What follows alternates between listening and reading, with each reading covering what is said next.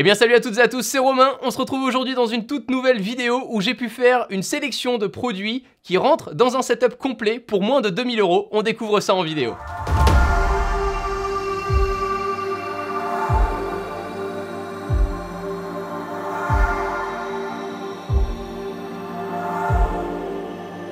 Avant de débuter cette vidéo, merci pour tous les retours que j'ai pu avoir sur la vidéo de l'iPhone 11 Pro Max et notamment sur le sponsor qui soutient la chaîne dans la plupart des vidéos cette année qui est Rhinoshield. Vous êtes beaucoup à utiliser leurs produits et à m'avoir fait des retours positifs. Je voulais vraiment vous en reparler puisque j'ai continué de m'amuser avec Rhinoshield. J'ai pu recevoir leur dernière coque en collaboration avec le jeu Rainbow Six Siege et c'est pour ça que j'ai disposé deux petites figurines sur le setup pour avoir un raccord avec leur dernier produit.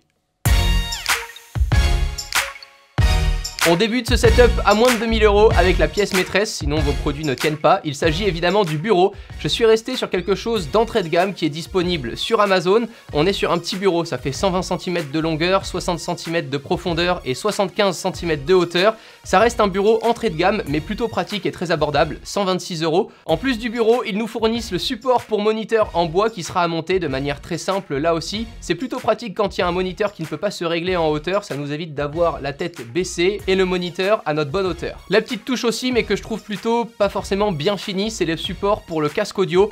Il y a un support qui est fait de manière métallique, c'est juste deux barres rigides à fixer. Du coup, ça abîme un petit peu la mousse du casque. Sur cette partie-là, je préfère toujours conseiller un petit support pour casque audio en plus que je pourrais vous laisser dans la description, mais que je n'ai pas mis dans cette sélection-là. Ensuite, eh bien, je suis assis dessus, la chaise du bureau, puisque ce n'est pas encore un standing desk. Pourquoi pas dans un prochain setup à moins de 5000 €. Si ça vous tente, n'hésitez surtout pas à me le dire en commentaire. Pourquoi pas justement prolonger ce genre de série là où je vous conseille des produits, je sais que vous aimez beaucoup ça. Cette chaise, 75 €, du plastique, des matériaux entrée de gamme là aussi, hein, on peut pas faire des miracles. Vous allez voir que le budget pour atteindre les 2000 €, j'ai voulu le placer dans d'autres produits. Là en attendant, on a un bon maintien du dos et surtout de la nuque, avec la nuque réglable juste derrière, ce qui est vraiment agréable, même si je suis très peu, hein, comme ça en train de monter les vidéos. Passons à ce qu'il y a sur le bureau. Tout d'abord, le tapis de souris. J'ai fait le kéké, mais je me suis dit que ça allait pouvoir aussi vous plaire, pourquoi pas. Un tapis de souris RGB, donc il y a un tout petit bouton, on le branche en micro USB, c'est de l'entrée de gamme, ça vaut une vingtaine d'euros. C'est beaucoup moins cher que le tapis de souris de chez Razer qui est à 70 €, mais qui est beaucoup mieux fini. Là, ça fait déjà 2 semaines qu'il est installé et il y a toujours les plis et le tapis qui gondole un petit peu. Je suis pas vraiment satisfait de ce produit, mais c'était rigolo d'avoir un petit tapis RGB pas très cher et surtout une version XL puisque vous le voyez, j'ai pu poser le clavier et la souris dessus. Parlons de la souris, eh bien j'ai mis le budget dedans, la Razer Naga Trinity. Pour moi c'est intéressant de ne pas racheter 20 souris en 10 ans parce que c'est des choses qu'on peut garder longtemps, notamment cette Razer là, sachant que tout se met à jour grâce au logiciel Razer à installer. Une fois que tu as dépensé 100 balles dans une bonne souris, si elle te convient, eh bien on n'a pas besoin d'en racheter une tous les 2 ou 3 ans si la souris vient à moins bien marcher ou tout simplement qu'on a envie de changer pour avoir plus de fonctionnalités. Là c'est pas ce qui manque, les fonctionnalités sur cette Naga Trinity. On a 3 modes différents physiques avec des petites palettes aimantées qu'on peut modifier directement et ensuite intégrer les boutons à programmer depuis le logiciel Razer.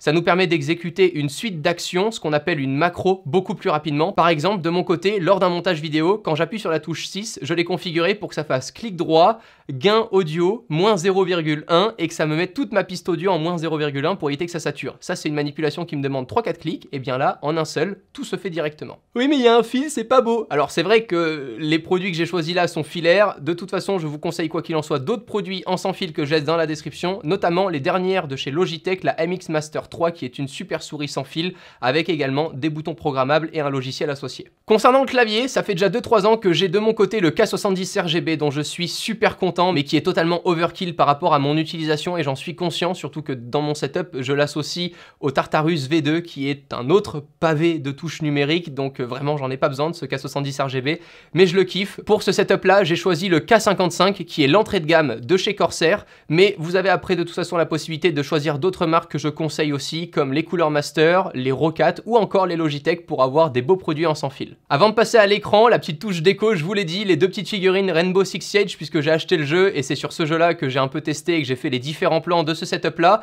J'ai associé les dernières coques de chez Rhinoshield, mais je peux aussi profiter de leur dernier skin pour pouvoir avoir un bureau qui soit en parfaite adéquation avec le design de mon téléphone. Vous aurez donc évidemment le lien des dernières coques de chez Rhinoshield qui sont sorties dans la description, ainsi que les deux petites figurines si vous êtes fan du jeu. L'écran, eh bien je n'ai toujours pas recraqué pour un 16/9, je suis sur un 21/9, beaucoup moins grand, beaucoup plus simple à installer que mon 32/9. Un 21/9 à 200 €, quoi demander de plus? Avec une résolution de 2560 par 1080, c'est nickel. C'est pas vraiment l'écran que je vais conseiller si vous êtes un pro gamer, il y a d'autres écrans 16/9 qui vont avoir une résolution encore plus folle, un temps de réponse encore plus fou, mais honnêtement, pour avoir une belle immersion, si vous êtes juste un joueur occasionnel, je trouve ça vraiment cool dans un setup à moins de 2000 € d'avoir une belle immersion avec un 21/9.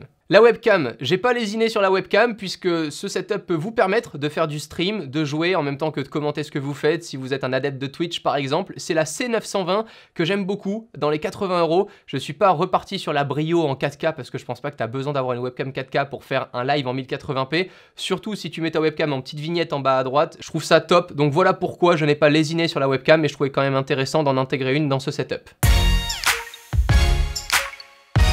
On reste dans une sélection gaming pour du streaming, je trouve ça vraiment sympa aussi d'investir dans un microphone, c'est le grand classique de chez Blue, le Snowball Ice que j'aime beaucoup, qui est simple, en plus de ça on a le pied qui est directement intégré, tu le poses sur ton bureau, tu le branches en USB et ça te permet d'avoir un son de bien meilleure qualité que ce que peut te proposer la webcam.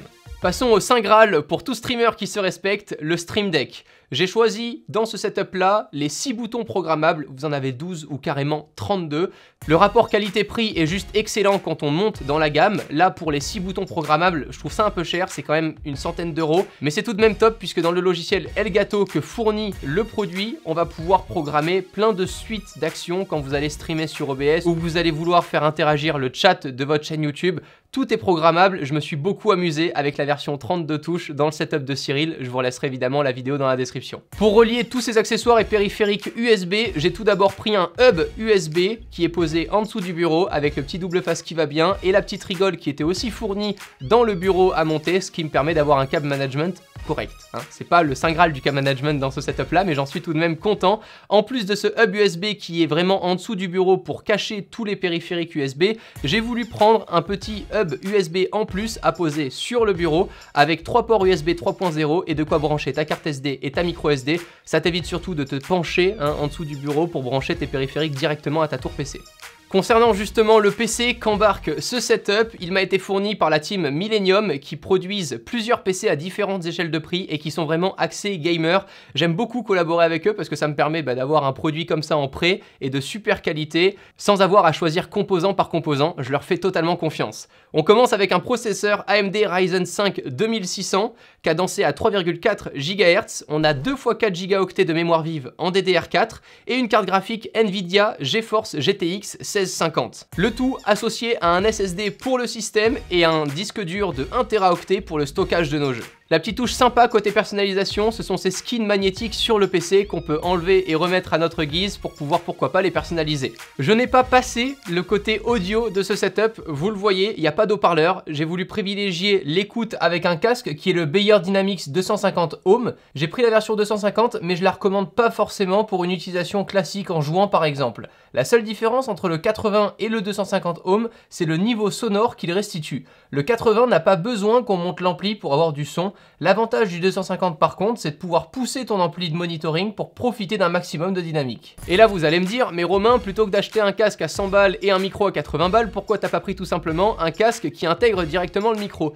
Je trouve ça moins joli à l'image quand on fait du stream. Je sais que le rendu audio est vraiment très bon lorsqu'on a des casques comme les derniers de chez Sennheiser qui sont faits pour le streaming, qui sont juste devant notre bouche. Mais j'ai voulu tout simplement privilégier ce côté-là pour avoir uniquement le casque et pas quelque chose de visuellement moins beau. Et encore une fois, c'est un goût qui m'est personnel. Et voilà une sélection de produits pour un total de 1700 € environ, ce qui vous laisse à peu près 300 € de manœuvre pour avoir ce petit côté esthétique ou pourquoi pas refaire le mur là en bleu comme j'ai pu le faire derrière moi. Non, pas du bleu, choisissez une autre couleur, c'est ma couleur. Non mais je l'ai décidé. Tous les liens des produits dont j'ai parlé seront en description et notamment les coques Rhinoshield à retrouver. Amusez-vous avec les skins, amusez-vous avec cette nouvelle collaboration avec le jeu Rainbow Six Siege sur lequel je me suis pas mal amusé aussi sur ce setup. On se dit peut-être à très vite dans un live beaucoup trop long pour faire un setup. J'avais envie de le balancer comme ça, mais je sais que vous allez me le demander dans les commentaires, à quand le setup, à quand le setup. Bientôt, mais surtout dans un live qui sera très long. Voilà. Je pense qu'il y en a certains et certaines qui ont deviné, qui sont là depuis très longtemps sur la chaîne. D'ici là, prenez soin de vous. Ciao tout le monde.